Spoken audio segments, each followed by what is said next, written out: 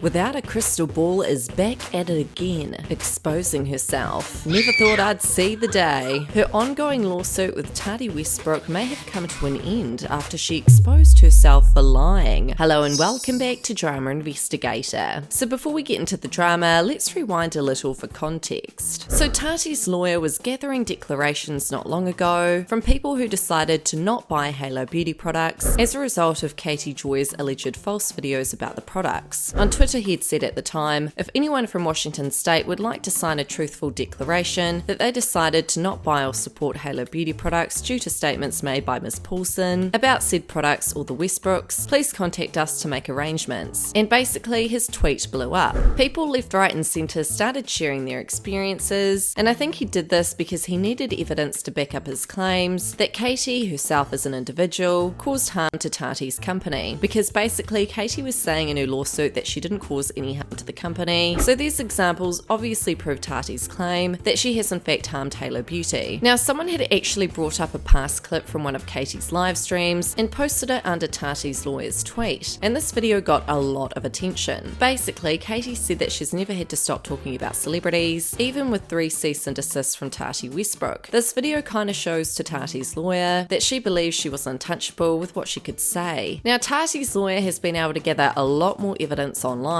to support Tati's case against Katie. He's been receiving all the receipts. He's also been sent lots of videos, so he can basically just sit back at this point and let the internet do the job for him. He had recently tweeted, "Did KJ just say that she intentionally deleted her whole Twitter account at the beginning of November because it was hacked? Did she ever say anything about that? We know she tried to say her Instagram was hacked despite having 2-step authentication, but saw nothing about her Twitter." Saucy, saucy. So yeah, something else Tati's lawyer could probably use against Katie in this lawsuit. Don't know if you guys remember, but Katie was being called out for deleting evidence and was served a court document that basically said, no, you can't do that. You aren't allowed to delete evidence from here on in. And now Tati's lawyer is questioning an alleged fake hack on her Twitter, which could have been done by herself to try and hide more evidence. Yeah, messy, messy. Tati's lawyer had then tweeted, "Did KJ really say this? Which video is this? Timestamp? If she did say it, was it a mistake or meant as an admission? In the video she says, and I quote word for word, there's a lot of stuff that's been put out by me that's just flat out lies and it's for views." So people were saying that within this video that it sounded like she had meant to say a lot of stuff put out about me instead of by me, like she'd slipped her tongue, but regardless, this is still a messy situation. Tati's lawyer had then tweeted, "Why would a newly created Twitter account with no followers, no tweets, no media, no likes decide to make me its one and only Twitter account to follow, especially when my account is open to the public?" Saucy, saucy, insinuating that Katie may have potentially made a fake Twitter account to follow Michael on and get the tea on the evidence he's asking from the public about Katie. Now, with regards to Tati's other lawsuit, where she and her husband James are currently being sued by Clark Swanson, her former business partner, she recently filed a motion to dismiss on the 21st of December, and today we are going to investigate it. In the introduction it states, "Convenience, fairness and common sense dictate that this case should be litigated in Nevada, not California. The plaintiffs in this case are both Nevada residents, and they seek to bring claims derivatively on behalf of 2 Nevada business entities against the directors and officers of those companies pursuant to Nevada corporate law, with the exception of a single defunct corporation that has no assets and no interest in the suit. Not a single one of the parties resides in California. As illustrated in the chart below, all the parties with any interest in this action are domiciled either in Nevada or Washington State, whereas all of the critical parties in this dispute are either residents of Nevada or Washington. The only party with any connection to California is Halo Beauty Inc., a California corporation. That corporation is an empty shell company whose assets, including the legal claims that plaintiffs purport to asset here, were transferred to Halo Beauty Inc., a Nevada corporation, when Swanson and the Westbrooks moved the business to Nevada in mid-2019 and where it remains today. Thus, the only Halo Beauty entities currently with any asset in operations are Halo Beauty Inc., a Nevada corporation, and Halo Beauty Partners LLC, a Nevada limited liability company. Nevada is not only a suitable forum for this dispute, it is also by far the most appropriate forum to litigate this dispute. First, Nevada is the most convenient location for most of the affected individuals, as the employees of Halo Beauty who will be called as a witness, including plaintiff Swanson, reside reside in Nevada. Second, any corporate records not in electronic form and not in the possession of the Westbrooks are located in Nevada. Third, there is a public interest and sense of fairness in having a Nevada court evaluate derivative claims governed by Nevada law, brought by a Nevada citizen, purportedly on behalf of Nevada companies. Fourth, common sense dictates that a Nevada court is best suited to analyze and apply the complexities of Nevada law governing fiduciary duties and corporate responsibilities at issue in this case. By contrast, California has no interest in adjudicating this dispute concerning the governance of Nevada business entities by Nevada and Washington citizens. So basically, Tati is requesting that they sue within Nevada. Now, this could be for the reasons that they stated, or it could be because maybe the law is more in her favor in Nevada. Saucy, saucy. The real parties and interests do not reside in California. Plaintiffs are Nevada residents. Swanson acknowledges that he has been a resident of Nevada since 2019. His company, Swanson Global Enterprises, which is also named as a plaintiff, is a Nevada corporation that is likewise domiciled in Nevada. Defendants are residents of Washington state. Swanson's complaint alleges that the Westbrooks reside in California and therefore are domiciled in California. This is simply not true. Tatiana Westbrook resides in the state of Washington. Her address is blank. She has lived in Washington since December 2018. She grew up in Seattle, Washington. Her mother, father, stepfather, grandmother, sister, and her sister's extended family all live in Washington. Her business, including Tati Inc., defendant Tati Halo Inc., and defendant Tati Cosmetics, are all incorporated in Washington. Her banks are located in Washington. She owns investment property in Washington. She does not own or rent any property in California. Now, I think I heard somewhere that she and James rent Airbnbs when they go to LA. I could be wrong, but however, that is what I heard allegedly. James Westbrook likewise resides in the state of Washington. His address is blank. He has lived in Washington since December 2018. Derivative defendant Halo Beauty is a Nevada corporation. Plaintiffs purport to bring claims derivatively on behalf of Halo Beauty Inc. and Halo Beauty Partners LLC, and they name both as dominal defendants. As plaintiffs admit, Halo Beauty Partners LLC is a Nevada LLC. With respect to the Halo Beauty Corporation, plaintiffs confusingly name both Halo Beauty Inc. a Nevada corporation and Halo Beauty Inc. a California corporation as nominal defendants. However, the Nevada corporation is the only relevant entity in this dispute. Although Halo Beauty was originally incorporated in California on or around August 15, 2017, it exists in name only and has no interest in this litigation. In late 2018, Swanson and the Westbrooks decided to move Halo Beauty from California to Nevada for tax purposes.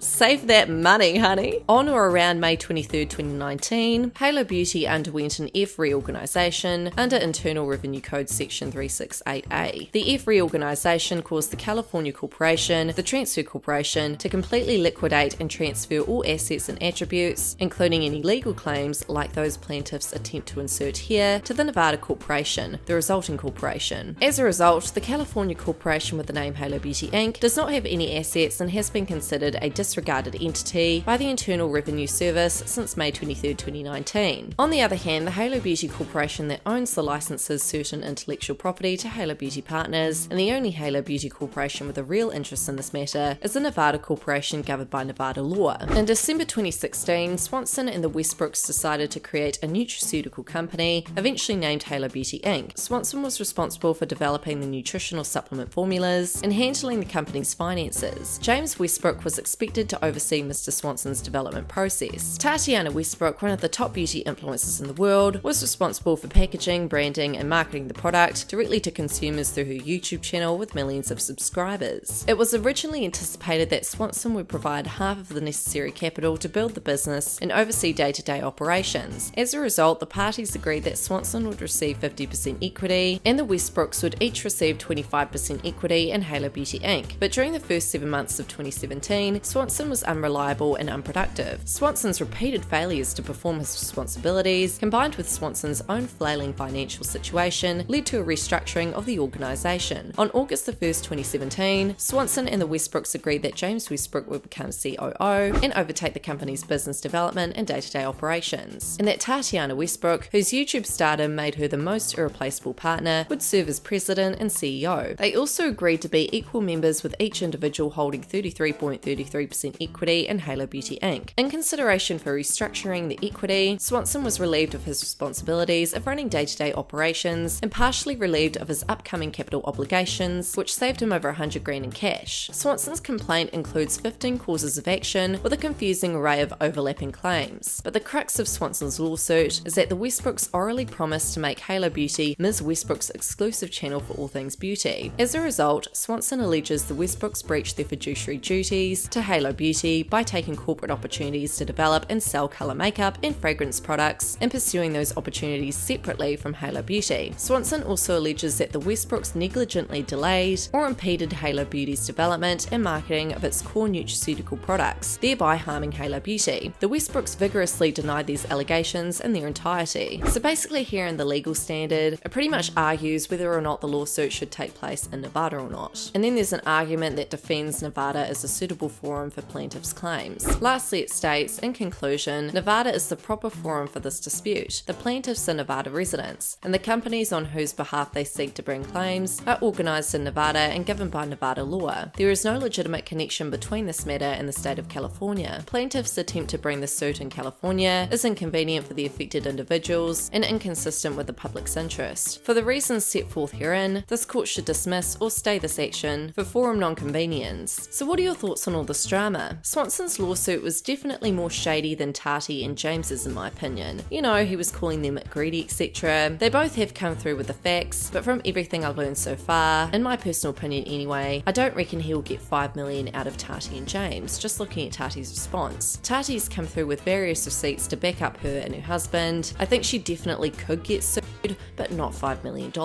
And overall, I reckon, without a doubt, without a crystal pimple, will most likely get sued with the defamation lawsuit. I mean, there's so much against her, and her literally admitting to lying. I mean, I feel she will get sued at this point, but again, probably not for $5 million. And if she does get sued, she will most likely file bankruptcy. That's honestly how I feel this will all go down, but let me know your thoughts in the comments.